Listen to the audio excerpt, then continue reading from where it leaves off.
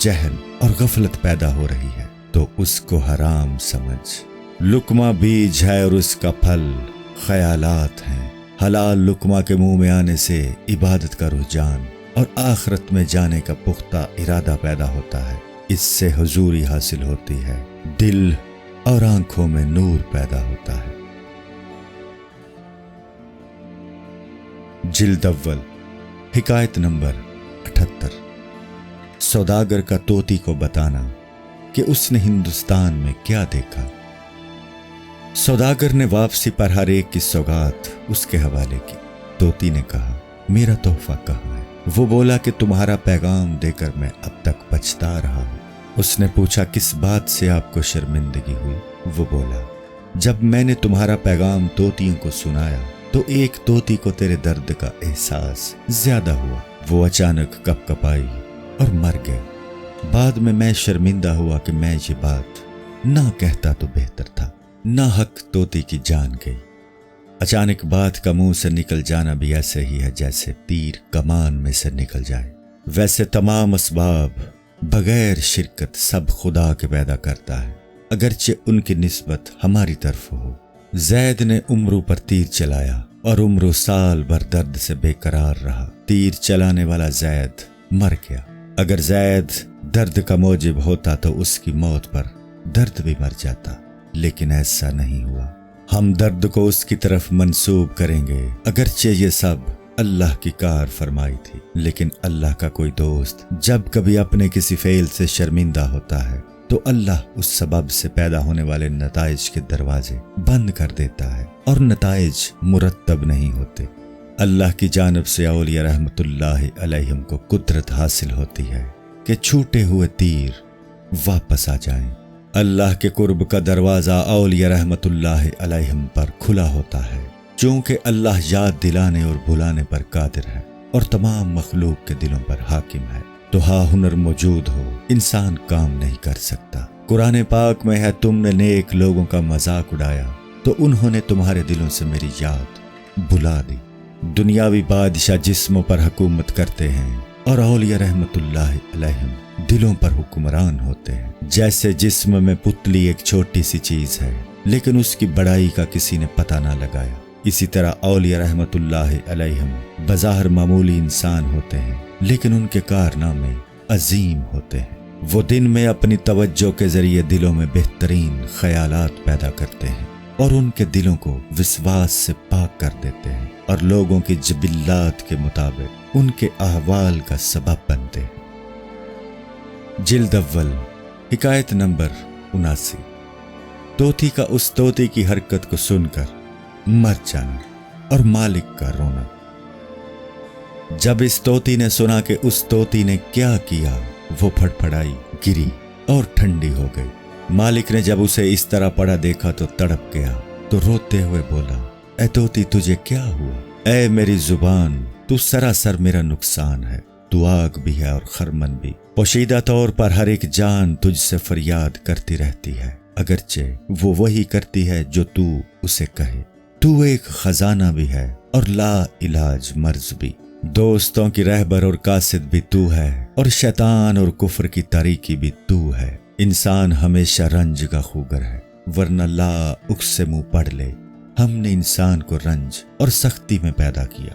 ہائے افسوس، دیدار کا خیال ہے لیکن اس کے لیے اپنے موجود وجود سے جدا ہونا ہے۔ کون سا دل ہے جو اللہ کے سامنے 100 ٹکڑے نہیں ہے؟ اللہ نے چاہا کہ میں پہچانا جاؤں تو اس نے ہمیں اس عالم انصری میں پیدا کیا۔ یہ طوطی دراصل تیرے اندر پوشیدہ ہے، روح۔ تم اسے اصل حالت میں نہیں دیکھ سکتے، ہاں جو اثرات اس کے ہونے کے جسم پر طاری ہوتے ہیں ہم ان کو دیکھ سکتے ہیں۔ روح کے اس عکس میں جو ہمیں جسم کی صورت میں نظر آتا ہے مبتلا ہونا باعث رنج ہے، لیکن روح میں مشغولیت اچھی چیز ہے۔ انسان اپنی حماقت سے تن پروری کے شوق میں اپنی روح کو فنا کر ڈالتا ہے۔ جو شخص اپنی روح کو فنا کر چکا ہو اس میں عشق کی آگ نہیں لگتی۔ ایسا شخص تلاش کر جو اس آگ کو قبول کر سکے۔ میں تو سہو کی حالت میں بھی عشق کو بیان نہیں کر سکتا، مستی کی حالت میں کیا بیان کر سکوں گا؟ عشق کی حقیقت کے بیان کے لیے حروف اور آواز کی کوئی حقیقت میں کیا بیان کر سکوں گا؟ عشق کی حقیقت کے بیان کے لیے حروف اور آواز کی کوئی حقیقت نہیں ہے، نہ ہی اسے کسی زبان سے سمجھایا جا سکتا ہے۔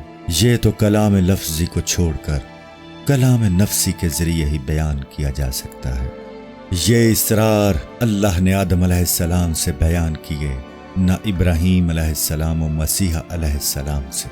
قرآن پاک میں ہے فَأَوْحَىٰ إِلَىٰ عَبْدِهِ مَا أَوْحَىٰ، یعنی ہم نے اپنے محبوب کو وحی کی جو کہ بلا واسطہ جبریل علیہ السلام تھی۔ میں نے اپنی ہستی کو فنا کر دیا ہے اور ذات الہی میں ڈوبا ہوا چاہتا ہے کہ اور ڈوب جائے۔ ایسی حالت میں خوشی اور مصیبت میں کوئی فرق نہیں ہوتا۔ جب اطاعت کمال کو پہنچ جاتی ہے تو آقا اپنے غلام کی ہر بات پر سر تسلیم خم کرنے لگتا ہے، اور معشوق اپنے عاشقوں سے عشق کرنے لگتا ہے۔ جس نے اپنے مولا کے لیے اپنے کو فنا کر دیا ہوتا ہے تو مولا اس کے لیے فنا ہو جاتا ہے۔ عاشق صادق معشوق کے دل میں گھر کر لیتا ہے اور اس طرح خود معشوق بن جاتا ہے۔ پھر پانی خود پیاسوں کی تلاش میں پھرتا ہے۔ جب تک تو اپنے دل کو محبت میں فنا نہیں کر دے گا تو وہ حقیقی دل نہیں ہوگا۔ جب تک تجھے اپنی ذات کا خیال رہے گا تو دیدار کی خواہش نہ کر۔ جو سستا خریدتا ہے سستا بیچ دیتا ہے۔ ایک بچہ موتی ایک روٹی کی ٹکیا کے عوض دے دیتا ہے۔ عشق میں ڈوب جا، کیونکہ اس میں اگلوں پچھلوں کے عشق بھی ڈوبے ہوئے ہیں۔ عارف اسرار معرفت سے واقفیت کے باوجود اپنے آپ کو لا علم ظاہر کرتا ہے، کیونکہ ہر آدمی کے سامنے وہ مضامین بیان نہیں کیے جا سکتے۔ جلد اول، حکایت نمبر 80۔ حکیم سنائی رحمت اللہ علیہ کے قول غیرت مندی کی تفسیر۔ تمام دنیا اس لیے غیرت مند بنی کہ اللہ پاک خود بے انتہا غیرت مند ہے۔ مخلوق کی غیرت غیرت حق کا پرتو ہے۔ وہ جسم میں جان کی طرح ہے اور جسمانی حرکات روح کی تابع۔ اسی طرح کائنات کے احوال بھی مشیت باری کے تابع ہیں۔ جس کی توجہ کا مرکز ذات الہی خود ہو، اس کا ایمان کی طرف جانا اس کے لیے عیب ہے۔ یہ تو تنزل کی طرف جانا ہوا۔ جو بادشاہ کا ہم نشین ہو اس کا دروازہ پر بیٹھنا افسوس کی بات ہے۔ اعلیٰ مرتبہ چھوڑ کر ادنا مرتبہ اختیار کرنا غیرت کا سبب ہے۔ یہ بھی غیرت کی بات ہے کہ دیدار کا موقع ہو تو اس کو چھوڑ کر خوشبو سونگھنے کو کافی سمجھے۔ اللہ کی غیرت گیہوں اور انسانوں کی بو سے جیسی ہے۔ میں اس لیے روتا ہوں کہ اس کو رونا اچھا لگتا ہے۔ کڑوے آنسو بہا کر اس کے عاشقوں کے حلقے میں کیوں نہ داخل ہوں۔ حدیث قدسی ہے کہ اللہ کو دو قطرے بہت محبوب ہیں، ایک وہ جو اللہ کے خوف سے آنکھ سے بہہ نکلے، اور ایک شہید کے خون کا پہلا قطرہ۔ میں اپنے رنج اور درد کا عاشق ہوں، کیونکہ اس سے میرا شاہ خوش ہوتا ہے۔ وہ آنسو جو محبوب کی یاد میں بہے وہ موتی ہے۔ میرا دل کہتا ہے کہ میں رنجیتا ہوں۔ میں اس کے اس نفاق پر ہنستا ہوں، کیونکہ میں اندر سے خوشی محسوس کرتا ہوں۔ اے خدا مجھے ناز و کرشمہ نہ دکھا، تو صدر مجلس ہے اور میں پامال ہوں۔ مجھ پر ظلم کرنا تیری شان کے شایان نہیں۔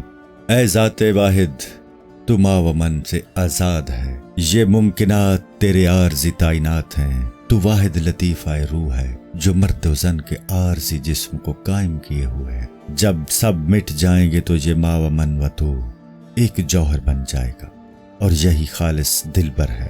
بے شک تیری ذات واجب الوجود ممکنات کے حجاب میں چھپی ہوئی ہے، لیکن میری تمنا یہ ہے کہ بیان و سخن سے گزر کر تیری ذات کا مشاہدہ کر لوں، لیکن یہ تمنا غلط ہے، کیونکہ ہماری جسمانی آنکھ تیرا کب مشاہدہ کر سکتی ہے، اور جب تک ہم غم اور شادی کے پابند ہیں اور ہم پر مادی عوارض طاری ہیں، مشاہدہ ممکن نہیں۔